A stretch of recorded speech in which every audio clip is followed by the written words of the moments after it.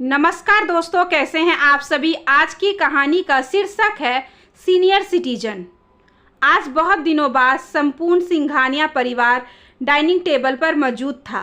8 कुर्सियों वाले dining table के एक और लाइन से दोनों बहुओं के बीच मिसेस सिंघानिया बैठी थीं और दूसरी ओर मिस्टर सिंघानिया अपने 5 वर्षीय पोती और 7 वर्षीय पोते के मध्य बैठे थे। परिवार के मुखिया की कुर्सी पर मिस्टर सिंघानिया का बड़ा बेटा अशोक और उसके ठीक सामने वाली कुर्सी पर उनका छोटा बेटा रोहित बैठा था। कई दिनों से सिंघानिया दंपति अपने दोनों बेटे बहू से कुछ कहना चाहते थे, पर कभी बड़े या छोटे की गैर मौजूदगी तो कभी किसी और कारण से दोनों अपनी बात नहीं कह पा रहे थे। मगर आज किसी भी हालत में मिस्टर सिंघानिया को अपनी बात सबके सामने रखनी थी।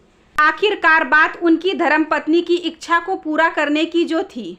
अपनी पत्नी की ओर देखते हुए और उसकी रजामंदी लेते हुए मिस्टर सिंघानिया ने अपनी बात शुरू की। कई दिनों से मैं और तुम्हारी माँ तुम लोगों से कुछ कहना चाहते थे, पर कह नहीं पा रहे थे। चलो आज कह ही देते हैं। दोनों बेटों ने अपने 61 वर्षीय पिता की बात सुनने के लिए सिर उठाया, पर दोनों बहुएं ने कोई दिलचस्पी नहीं दिखाई। वैसे भी मिस्टर सिंघानिया को अपनी बहुओं से कोई उम्मीद नहीं थी, पर बेटों से आस अब भी जुड़ी हुई थी। उसी के बल पर मिस्टर सिंघानिया कुछ कहने की हिम्मत जुटा पाए थे। अपनी बात जारी रखते हुए मिस्टर सिंघानिया ने कहा, शादी के बाद मैंने तुम्हारी माँ से उन्हें वर्ल्ड टूर पर ले जाने को वादा किया था, पर कभी तुम दोनों की पढ़ाई तो कभी बिजनेस में आए उतार चढ़ाव के चलते हम दोनों नहीं जा पाए। अब जबकि तुम दोनों अपने कारोबार में अच्छी तरह सेट हो चुके हो, तो मैं सोच रहा हूँ कि क्यों ना मैं तुम्हारी माँ को वर्ल्ड टूर पर ले जाऊँ। अगर तुम लोगों की रजामंदी मिल जाए तो हमें बेहद खुशी होगी। अपनी बात रखने के बाद मिस्टर एवं मिसेस सिंघानिया बच्चों की रजामंदी के लिए उनकी ओर देखने लगे। मिस्टर सिंघानिया को बच्चे से रजामंदी की जितनी उम्मीद थी, उससे कई गुना ज़्यादा विश्वास मिसेस सिंघानिया को अपने बच्चों पर था। आखिरकार दोनों के त्याग से ही तो आज दोनों बच्चे अपने पैर पर खड़े हो पाए हैं। दोनों ने कभी उनकी परवरिश में कोई कमी नहीं आने दी। खुद भले रूखा सूखा खाकर दिन बिता लिया हो, मगर अपने बच्चों की सारी इच्छाएं पूरी की थी उन्होंने। तो भला आज वही बच्चे उनकी इच्छा पूरी कैसे नहीं करते। कुछ देर के सन्नाटे के बाद मिस्टर सिंघानिया के बड़े बेटे अशोक ने कहा, पापा, वर्ल्ड टूर पर जाने का आप दोनों का ख्याल अच्छा है। कहकर अशोक पानी पीने लगा और मिसेस सिंघानिया गर्व से मिस्टर सिंघानिया की ओर देखने लगी, जैसे कह रही हो, देखा मैं ना कहती तो बहुएं कैसे भी हो मगर बेटे अपने होते हैं, भला वे हमें जाने से क्यों रोकेंगे। जरूर जाएंगे हम दोनों वर्ल्ड टूर पर। डाइनिंग टेबल पर खाली ग्लास रखते हुए अशोक ने अपनी बात पूरी की। लेकिन मैं आप लोगों से कहना चाहूँगा कि वर्ल्ड टूर पर जाने के लिए ये वक्त सही नहीं है। साल भर रुक जाइए, इससे डबल फायदा होगा। अशोक की बात ने दोनों बहुओं और रोहित को भी अचंभित कर दिया। भला वर्ल्ड टूर पर जाने से फ़ायदा भी हो सकता है। तीनों रुककर अशोक की बातें सुनने लगे। देखिए पापा, आप तो ठीक ही हैं, क्योंकि अब आप 60 साल पार कर चुके हैं। ट्रैवलिंग से सीनियर सिटीजन को होने वाले सारे फ़ायदे आपको मिलेंगे, पर मम्मी जो अभी 57 की ही है, उनका खर्च बढ़ जाएगा। इसलिए मेरी मानिए तो साल भर और रुक जाइए। उसके बाद आप दोनों सीनियर सिटीजन की कैटेगरी में आ जाएंगे, जिससे खर्च कम होगा और हम फ़ायदे में रहेंगे।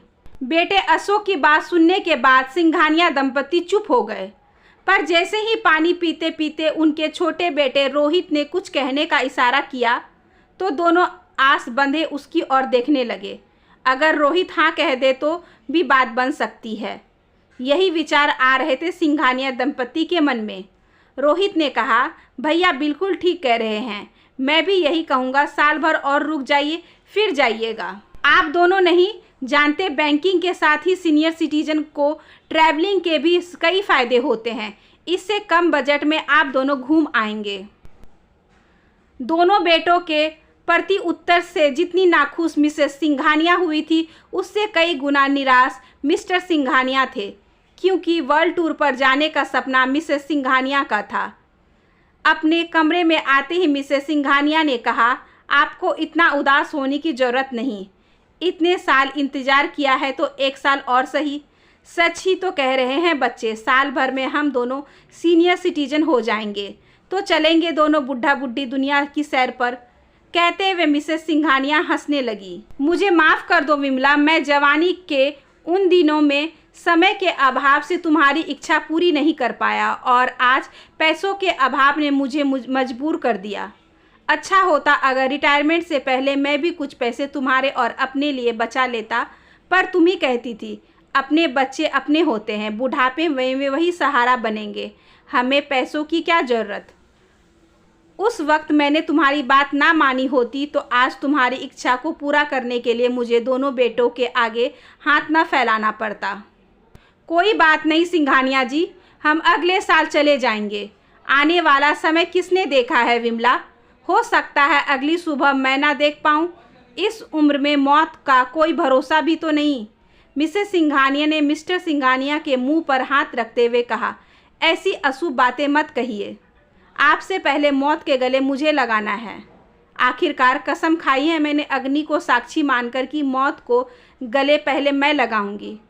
माहौल को गंभीर होता देख मिस्टर सिंघानिया बोले, तुम मर जाओगी तो मैं वर्ल्ड टूर पर किससे ले जाऊंगा। तुम्हारा अधूरा सपना अधूरा ही रह जाएगा विमला जी। आप भूल रहे हैं, हमने 7 जन्म एक साथ रहने की कसम खाई है। इस जन्म ना सही तो अगले जन्म ले जाइएगा। मिसेस सिंघानिया की बात पर मिस्टर सिंघानिया हंस पड़े। अगली सुबह ब्रेकफास्ट के लिए फिर एक बार सिंघानिया परिवार डाइनिंग टेबल पर इकट्ठा हुआ। अशोक ने कहा, रोहित, कल रात तुमने बातों बातों में सीनियर सिटीजन के बैंकिंग के भी फ़ायदे बताए, तो मेरे दिमाग में एक आइडिया आया है, क्यों ना मैं डैड के नाम पर पैसे इन्वेस्ट कर दूं। चूँकि पापा सीनियर सिटीजन हैं, इसलिए ब्याज हमें ज़्यादा मिलेगा। कैसा लगा मेरा आइडिया? आइडिया तो अच्छा है भैया, पर उससे मुझे क्या फ़ायदा होगा। अरे छोटे, साल भर रुक जा, फिर माँ भी तो सीनियर सिटीजन हो जाएंगी, उनके नाम पर तू इन्वेस्ट करके ब्याज कमा लेना। दोनों तो अपने ही हैं, पैसा लेकर थोड़ी भाग जाएंगे। हाँ भैया, ये हुई ना बात। आपका आइडिया बेस्ट है। दोनों भाइयों की बात से दोनों बहुएं भी बेहद खुश थी, मगर बेटों को अपना सौदा करते देख सिंघानिया दंपति मन ही मन रो रहे थे। वैसे भी चुप रहने के सिवाय उनके पास और कोई चारा भी नहीं था। तभी बीच में बड़ी बहू नंदिनी बोल पड़ी, डैडी जी, ब्रेकफास्ट के बाद आप तैयार हो जाइएगा, हमें मंदिर जाना है। मैंने मन्नत मांगी थी, इनकी दिल्ली वाली डील अगर पक्की हो गई तो मैं भगवान गणेश को लड्डू चढ़ाऊंगी।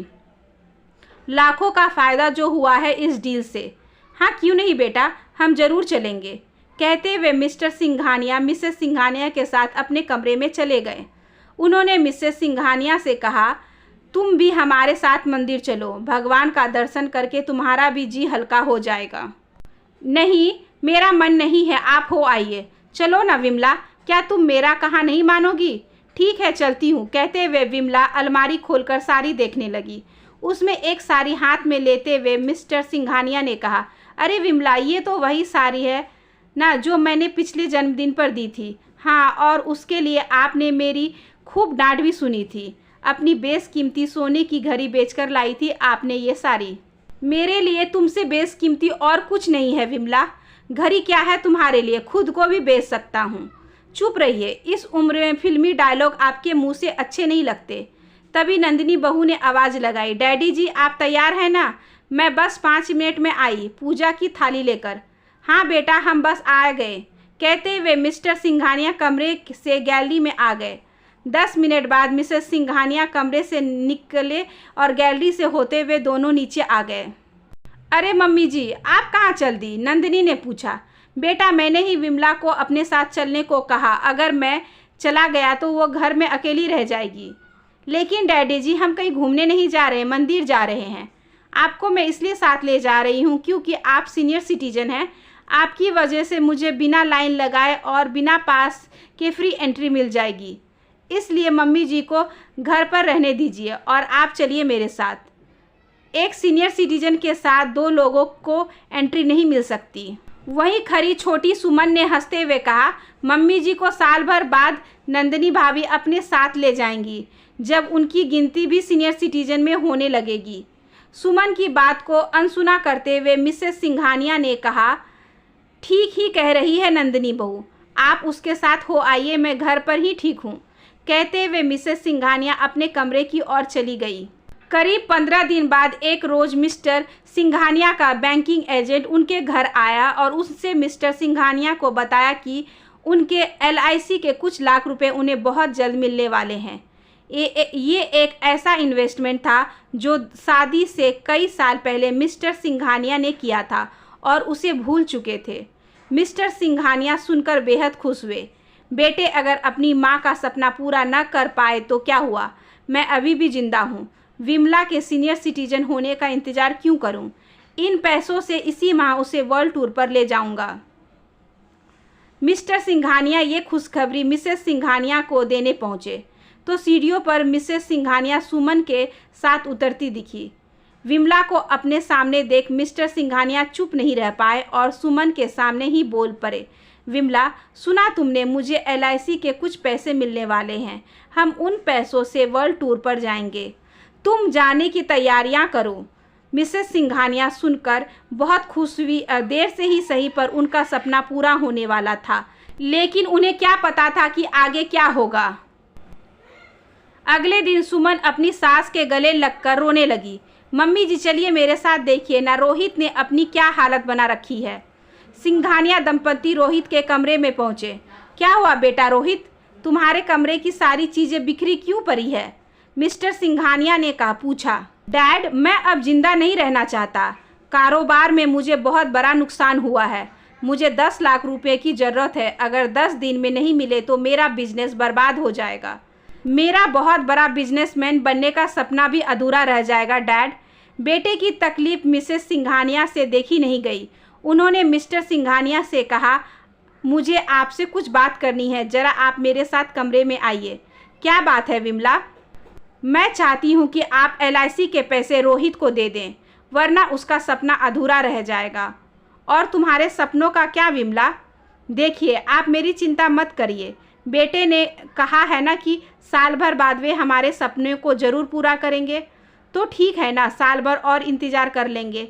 ठीक है विमला, तुम जैसा चाहती हो वैसा ही होगा। मिस्टर सिंघानिया ने 10 दिनों के भीतर सारे पैसे रोहित को दे दिए।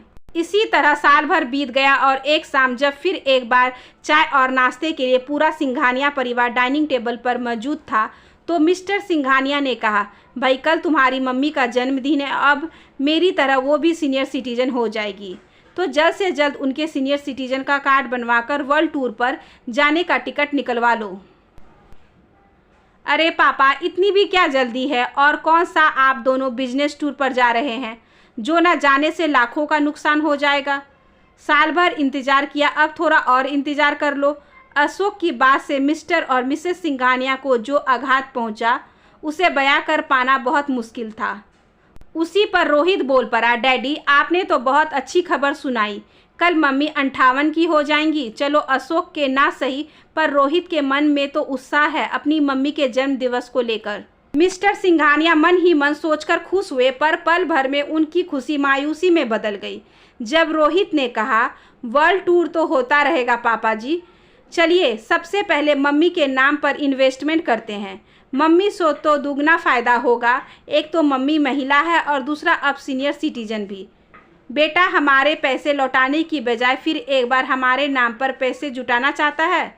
ये दर्द मिसेस सिंघानिया सह नहीं पाई और उठकर सीधे अपने कमरे में चली गई। कमरे में जाकर मिसेस सिंघानिया देखती है कि दोनों बेटों के बच्चे वहीं नाटक खेल रहे थे जो उस दिन रोहित और सुमन ने उनसे पैसे ऐंठने के लिए रचा था। उस दिन तो बच्चे घर में नहीं थे, तो इन्हें कैसे पता? बच्चों से मिले धोखे को मिसेस सिंघानिया सह नहीं पाई, सीधे बिस्तर पर जा गिरी। इधर मिस्टर सिंघानिया भी खुद को रोक नहीं पाए। आज दोनों बेटे और बहुओं के स्वार्थ के आगे उनकी सहन शक्ति ने भी जवाब दे दिया। उन्होंने धिक्कारते हुए बेटों से कहा, शर्म आती है मुझे तुम दोनों को अपना बेटा कहते हुए। तुम दोनों अपने फ़ायदे के चक्कर में इस कदर अंधे हो गए हो कि अपनी माँ की खुशियाँ तुम्हें दिखाई नहीं देती। अरे फ़ायदे तो अपाहिज बच्चों से भी कई होते हैं। ट्रेन में टिकट की ज़रूरत नहीं होती, स्कूल कॉलेज में एडमिशन से लेकर फ़ीस तक नहीं देनी पड़ती, और तो और नौकरी भी बिना घूस के लग जाती है। मगर हमने तो ये कभी नहीं मनाया कि हमारे अपाहिज बच्चे हो, ताकि हम अपाहिज बच्चे के माता पिता होने का फ़ायदा उठा सके। पर तुम दोनों अपने अपने फ़ायदे के लिए अपनी माँ के सीनियर सिटीजन होने का इंतज़ार करते रहे। मैं पूछता हूँ कि कितना पैसा बचा लेते तुम सीनियर सिटीजन के नाम पर? क्या उतना जितना हमने तुम्हारी परवरिश में खर्च किए हैं, या रोहित उतना जितना तुम्हें शहर का सबसे बड़ा बिजनेसमैन बनने के लिए हमने लगा दिए? शर्म आती है मुझे तुम दोनों को अपना बेटा कहते हुए, कहकर मिस्टर सिंघानिया तेजी से घर से बाहर निकल गए। शाम से रात हो गई, ना मिसेस सिंघानिया अपने कमरे से नीचे आई और ना ही मिस्टर सिंघानिया घर लौटे थे। दोनों बेटा बहू भी मूड फ्रेश करने के लिए बाहर खाने पर चले गए। इस बात की खबर मिस्टर सिंघानिया को नौकर से मिली जब वे रात कुछ 11:30 के करीब घर पहुंचे। सो गई क्या मेरी प्यारी विमला? बिस्तर पर लेटी मिसेस सिंघानिया से मिस्टर सिंघानिया ने कहा, बच्चों की बात सुनकर तुम्हें नाराज़ होने की ज़रूरत नहीं। देखो, आज तुम्हारे जन्मदिन के मौके पर मैं तुम्हारे लिए वर्ल्ड टूर पैकेज का तोहफा लाया हूँ। अब ये मत पूछना कि पैसे कहाँ से आए। मैंने कहा था ना, तुम्हारे लिए मैं खुद को भी बेच सकता हूँ, पर भगवान की दुआ से मुझे खुद को बेचने की ज़रूरत नहीं पड़ी। हाँ, अपना वो घर बेच आया हूँ जो तुम्हारे कहने पर मैंने नहीं बेचा और ना बच्चों को बेचने दिया, क्योंकि उस पुराने घर से कई यादें जुड़ी थी बच्चों के बचपन की। पर ऐसे बच्चों की यादों को हम क्यों संजो कर रखें विमला, जिन्हें अपने माँ बाप के सपनों से कोई सरोकार नहीं। तैयारी करो विमला, हमारी फ़्लाइट कल है दोपहर की। उठो विमला उठो। मिस्टर सिंघानिया ने मिसेस सिंघानिया का हाथ पकड़कर उन्हें उठाना चाहा, पर वो नहीं उठी, क्योंकि मिसेस सिंघानिया बच्चों के धोखे को सह नहीं पाई और एक ऐसे सफ़र की ओर चल पड़ी थी जहां से लौटना नामुमकिन था। मिस्टर सिंघानिया के पैरों तले ज़मीन खिसक गई। वो रो तो रहे थे, पर आंखों में आंसू नहीं थे, सूख गए थे सारे आंसू। आसपास भी कोई अपना नहीं था जिससे मिस्टर सिंघानिया अपना दर्द बयां कर पाते। भावनाओं में बहते मिस्टर सिंघानिया ने मिसेस सिंघानिया का हाथ थामकर कहा, तुम चली गई ना विमला, मुझे अकेला छोड़कर, हमारे वर्ल्ड टूर के सपने को अधूरा छोड़कर। कहकर मिस्टर सिंघानिया ने अपनी आंखें मूंद ली। तभी उन्हें यूं महसूस हुआ कि जैसे विमला उनके हाथ को कसकर थामे कह रही हो, जी आप भूल रहे हैं, हमने 7 जन्म साथ रहने की कसम खाई है। इस जन्म ना सही तो अगले जन्म ले जाइएगा मुझे वर्ल्ड टूर पर। आशा करती हूँ कि आज की ये छोटी सी कहानी आपको अच्छी लगी होगी। अगर अच्छी लगी हो तो please like share and subscribe करें हमारे चैनल।